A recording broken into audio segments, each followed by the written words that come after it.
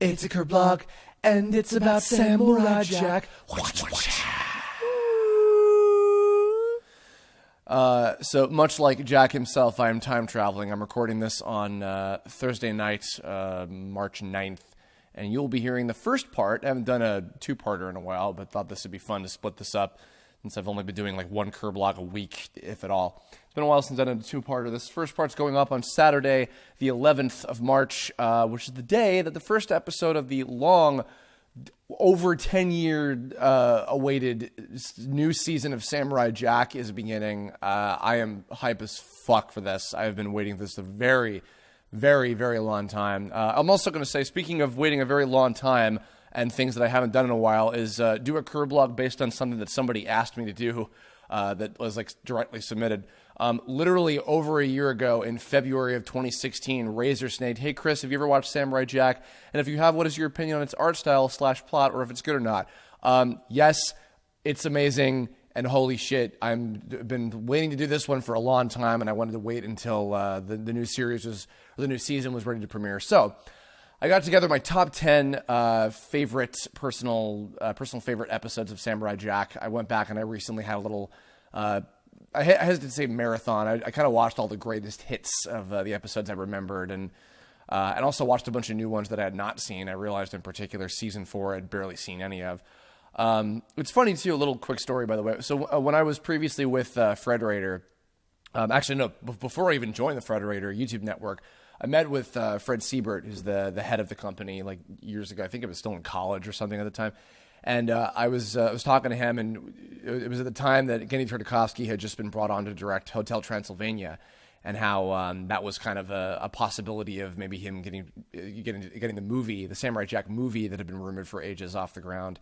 And he was talking about like the possibility of that, and I was like, God, it's so long ago. And the fact that just like it happenstance, or not even happenstance, but just like after all this time, he was able to just, like, from the story he's told in like 2 weeks and one phone call, they had a deal signed. So I'm very happy about that. I got to say, just to start off with, no, I'll get to that because the first episode is actually a little later on this list. Let me begin. Okay, so my number 10 favorite episode, my favorite episode is Jack Under the Sea. Or episode 9, I believe this is. So back in the day when I was a youngin', and the first season of Samurai Jack, the first 13 episodes, was running on Cartoon Network over and over and over and over. I had seen particularly after the first 3 episodes, which are the premiere movie thing, episodes 4 through 13, I had seen constantly running on TV all the time. And all really good, solid, adventures. I know that might surprise a bunch of people that I don't have ones like, Mad Jack or The Blind Archers, which are both fantastic episodes. It was really difficult to actually wire a lot of these down to just 10. But the reason I put Jack Under the Sea is because, so for one thing, I saw this episode probably the most of that run of the first 13 episodes. And I remember in particular, I used to watch the show a lot, oddly enough, with my mom, in those days of like the early to mid 2000s or whatever it was. This is actually a show that she really enjoyed watching with me. Like, in fact, it was reminded as I was rewatching a lot of these episodes. It's a really good show to like kind of wind down for the day and like fall asleep to, even though it's often very, very action packed and high energy. It also has this calmness to it that just like is very soothing and is quite fitting for just kind of like, all right, we're winding down for the day and kind of finishing things up and everything. So my mom and I used to watch a lot of these episodes when I was in school and stuff, and she was really into it. And this episode in particular kind of stuck with me because, for one thing, it seemed very cool because it was one of the first times that Aku was directly involved with like a, kind of like just out of nowhere. It's like, oh crap, here's Aku and we're going to fight him now all of a sudden. And the fight with him underwater, with him turning into a bunch of different sea creatures, is very cool.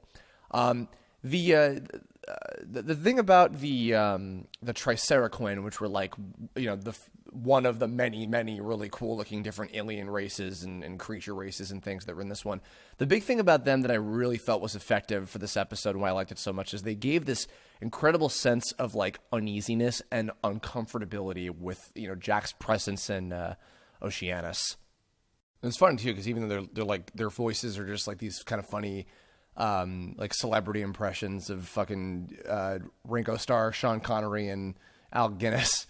Which is funny because I also, speaking of that, I didn't realize that Mark Hamill was actually the leader of them. It took me all this time to realize that, and he's great in that episode. But yeah, and also it's something about like the music that goes with them, that kind of like creepy, like sort of low key, techno-y sort of smooth music. It just gives this great sense of like, oh god, something bad is going to happen. Like these guys seem nice, and they are good people, but they got led down the wrong path, thinking that they could change their lives for the better in this era of Aku just fucking over everybody, and he fucks them over right in front of them, and it's a bad time. And then even like the last little bit with them like trying to apologize is a little awkward, but probably intentionally. But and then the sadness encompassed by like, well, here's some sushi. It's kind of a nice little cap off to it. Little taste of home, I guess. So it's a cute one. Probably, to be technical here, probably not even like the best of those like season 1 kind of fun adventure episodes, but definitely one that sticks with me, that I have really fond memories of seeing it a lot and watching with my mom, and that feeling, that really cool, interesting sort of vibe of like, ooh, there's some creepy going on with this one. Next up, my ninth favorite episode is Jack Learns to Jump Good. This is episode, I believe, 14. And I didn't realize that this is actually the season 2 premiere, which is quite funny because one of the most striking things about this one is the fact that it ends with Jack looking as if he wins. It just like ends on that, no, jump good, and then just, freeze frame, and it's like, well, did he get the time portal? I guess he clearly didn't, because in the next episode that's not the case, so what the fuck? But that said, so actually for a little bit I thought it was like, is this like a close to the end of the story already? Like, what's going on? And then it turns out, no, it's the beginning of season 2, which I didn't even get that was the case, but nonetheless. And also the story, the meat of the story itself, with Jack's interaction with the monkey boy guy and the little ape characters and everything, was a really fun like little story with just like literally those two characters, and like and then of course the race of the little happy monkeys, and then like the mean monkeys, apes are not monkeys, sorry, different things. I think Jack's influence on helping to make the world a better place in this kind of slow way of kind of countering Aku's spread of evil, and like even literally like this small little group of characters that exist in this one part of the world, and he's helping them in whatever way that he can. It goes to show like a lot about, even though Jack is a very simple and subtle kind of character, and I know we're going to be getting a lot more into like the kind of deeper side of him with the new season. But like with how straightforward he is, and like how truly good of a person he is, like I felt that this is also a great example of like what it is that he does for everybody around him, and how positive of an influence that he can possibly be. That said, the following one, my number 8 favorite episode, Jack and the Spartans. This is, I believe, episode 25, so close to the end of season 2. So this one, I remember very distinctly seeing. I think I only ever saw it the one time, and so I hadn't seen it in like years and years until way later when I was marathoning these again, which is the case for all of them. But I just happened to see this one the one time on TV. And so this is, of course, many years before 300, the movie, came out, and I was not familiar with the comic and didn't know that this was a whole kind of like throwback to that and everything. But I'd always been interested in like Greek mythology and like Greek history and stuff when I was in school. Hence, of course, fans of Tome know that's why Alpha has the kind of motifs that he does. But I remember speaking of on the similar kind of note of Jack being an influence on those around him. The meat of this episode, I know I kind of keep going into that, but so the war and how he joins with them, and how he becomes an incredibly important part of the strategy in helping this this sect of people with having some kind of small victory to some extent, was really cool. And the actual like action scenes, especially for that last half of that episode, where it's just like almost entirely in this kind of like compressed, almost widescreen, but also like a comic book panel type thing, is really cool. Like, I mean, the fight scenes, of course, do that sort of thing a lot with like, the kind of minimalistic sort of uses of black space surrounding everything and all that. It's very visually striking, and that it was always like very memorable to me, even though I only saw it the one time, like when I happened to air and I happened to catch it. But the really cool thing I love about it, including within that last half or third or whatever of the episode, is the ending. In that, one, the mystery of it, in that it's like because it's years later, and the King of the Spartans is like on his deathbed practically, and he's telling the story of this legend now of Jack, and you don't know if like, is the world still under siege and ruled by Aku? Is the world safe? Like, is this is the timeline still there? Like, what the fuck happened? But they think he's dead, and they're telling the stories of like, yeah, he was the one who saved our people, and it was because of him that we managed to win that incredible battle. And some say he's still out there, and of course he is. And that last shot of him, like, of course he survived, is just it's so fucking cool. I'll get to that. I'm getting ahead of myself. I have so much to get through. Okay, next up. So this, interestingly enough, the lucky number 7 favorite episode of mine, Jack and the Baby, the last episode of the series as we got it in season 4, episode LII, episode 52. So I had never seen this episode originally. I think I only heard like the stories about, there's an episode where he tells the story of Momotaro. And so I saw this when I was marathoning through most of season 4, which again I had missed a lot of at the time, and was enjoying the hell out of it. Something that I really like about this episode in particular is the fact that it kind of has a little bit of everything in Samurai Jack. And I don't know if maybe like that was intentional to come across because like, well, this is the last episode of the season, and who knows if we'll get to do more episodes after this. But it has like a little bit of everything. It has a little bit of the comedy, a little bit of the heart, a little bit of the action, the cool visual style. Like there's like the different visual style for when he tells the Momotaro story, which is great. A very talkative episode for Phil LaMarr too, which is cool considering like how, Ben Diskin and I were joking on one of the Kingdom Hearts streams about how like they have like all of basically the best voiceover actors in the world in this show, like the top ranked guys are all in this. And yet they all have like 5 lines to say per episode, sometime depending on like how little there is to talk about. I don't know, this one, and like even though this one is filled with a lot of sound design of babies crying and shit, it's still very heartwarming and very cute. And again, like a good show of Jack's character and the fact that like he's that he makes so many of these stops on his practically never-ending journey to do whatever he can to do the right thing. And it really goes to show like even something like this where it's like this is so much more trouble than it's worth, and yet perhaps more or less than I have to help save an entire group of people, or I have to save all of existence from this thing from ending, or I have to like protect this child and I don't know if I'll find their parents. And I doubt that like the fact that this kid has been influenced by Jack to be a badass with the spirit of the samurai or whatever will come into play in this final season. But the fact that like it ends with that kind of note of I have directly influenced this young child that has no perception of fucking anything is kind of cool in its own sort of way. So yeah. And then last for this first half is my number 6 favorite episode. I'm cheating a little bit. I'm encompassing these 3 together. Episodes 1, 2, and 3, which are the beginning, the Samurai Called Jack, and the first fight. This is the Samurai Jack premiere movie, and I will never forget the first time that I saw this, and all the times that I'd seen it many, many times as it was rerunning a whole bunch back in the day.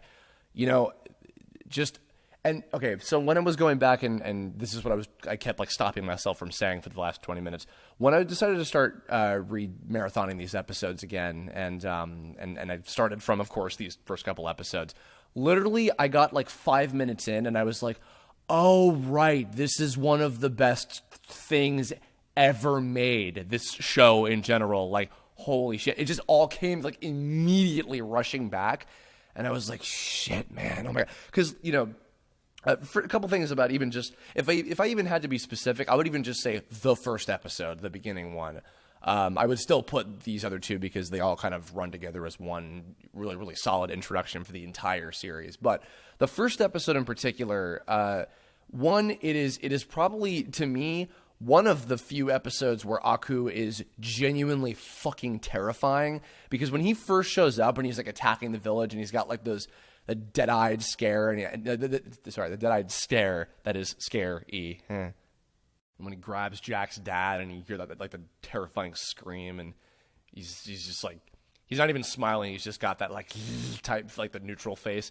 It's, because funny Aku is amazing, of course, and hilarious, and I don't know how funny he's going to necessarily be in the new series, considering the hint is that both he and Jack are extremely fucking depressed and battered down by the world or whatever. But as much as I love Aku for how funny he always is, this first episode where he's just genuinely terrifying, is something about it is really, really effective, and I fucking love it. And then, of course, shortly after that, the opening montage of Jack growing up and being taught in the ways of all these different cultures, and and learning like all these different forms of martial arts and battle tactics, and and cultures, and ways of the world, and how to interact with different people. It is just that part in and of itself is so incredibly moving and effective, and there's not a goddamn word uttered. It's all visual and audible only through the incredible music as well. I know that the musicians are going to be different for the new season, which I'm curious to hear their take on the soundtrack. But yeah, the musicians of the original, my God, like just it's so fucking good. And I've seen the Jack in Africa, Young Jack in Africa episode, which was kind of filling in one of the holes in that sequence and showing him as a kid during that part, which was very interesting as well. But yeah, just that whole sequence, like by itself, is one of my favorite things about the show. It's so incredibly well executed, and it really does inform what I was saying before about like just how great of a how great of a person, and therefore how great of a character that Jack is. Like seeing how he's. And even though this was like a very serious, like, okay, we got a plan for if something really bad happens, like my son with, in the case of his dad, the Emperor, is like, my son has to be the one to carry on the legacy and be the one who will eventually overcome and defeat Aku. But if I'm going to give him this upbringing of being a warrior, I'm going to do it right. And I'm going to make sure that his life is well-rounded, even though it will be very, trying and difficult and take a very, very long time to get him to, where he needs to be in terms of a level of skill. I'm going to round him out as a good person with all of these people that I know. And it's clear the fact that like all of these different, leaders of these different parts of the world and all these different like cultural, like, influencers and stuff, all knew each other and all like knew of this kind of collaborative effort to free the world from evil. And it's super fucking cool. And of course, the fight with Aku is great. Jack entering into the future and getting his name from the three crazy like robot hipster guys or whatever. Not a hipsters, but you know what I mean. And then the dog people are adorable, and Ruffington the Third, or Ruffy for short. And which I've always remembered the fucking talking dog sign that is clearly like, oh my God, was this Townsville? Is this canon? Is there a connection? Like, what's going on? And of course the beetle fight, and giving that first taste of like just how intense and violent for a daytime Cartoon Network show this series could wind up being, was just it's a great introduction. It's one of the best like introductions, all three of these episodes in tandem for any series, and a lot of different series of course have begun with like kind of a multi-episode connected into a movie type deal, Ninja Turtles and Gargoyles and stuff like that, which is great, and I love when people get to do that. This might be the best example I've ever seen of that, because it even though this one doesn't feel like a movie in the sense of like there are definitely three individualized episodes, but in terms of just an introduction to an overarching longer story in the form of a show, this was incredibly effective. So I'm definitely good kind of like halfway point for this one. So that's going to wrap us up for the first half. So be sure, if you don't already know, again, tune in tonight for the first episode of Samurai Jack Season 5 on Adult Swim. I certainly will be. I'm incredibly excited to see it. I will be recording, just after I'm done with this, I'm going to be recording the ranks number 5 through 1 of my top 10 favorite episodes of Samurai Jack. And then I'll also time travel ahead a little bit and record my thoughts on the first episode of Season 5. At the end of it, I'll have a mark for when I'll be doing that. So nonetheless. So yeah, look forward to that. That'll be coming out on Tuesday the 14th. So look forward to that. I know actually 2 Curb Logs and the span of 1 week for the first time in ages, but hopefully y'all have been enjoying the streaming stuff in the meantime. So that'll do it. And of course, tune into our hopefully finale of Stream Drop Distance tomorrow at 4 p.m. Pacific time. We're gonna try to hopefully finish off the game, and then we'll be moving on to other stuff in the future. So, anywho, thank you guys, and look forward to the top 5 very soon. And I don't need to even hope the first episode of season 5 is great. It's gonna be fantastic. Who the fuck am I kidding? So, look forward to it. See you all very soon. Bye bye.